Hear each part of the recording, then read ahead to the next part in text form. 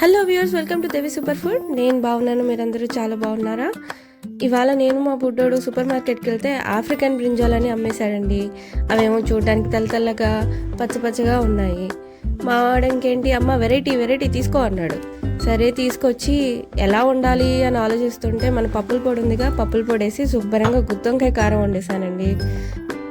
ఈ African brinjal దాని వంపులు టమాటోలాగా, పట్టుకోవడానికి పొటాటోలా ఉన్నా తీరా వండి చూసిన తర్వాత మన మువ్వంకాయలాగా చాలా మెత్తగా గుజ్జుగా, రుచి కూడా చాలా బాగుందండి. ఈసారి మీకు ఎక్కడైనా ఈ ఆఫ్రికన్ బ్రింజాలు కనపడితే ట్రై చేసి చూడండి. Thank you.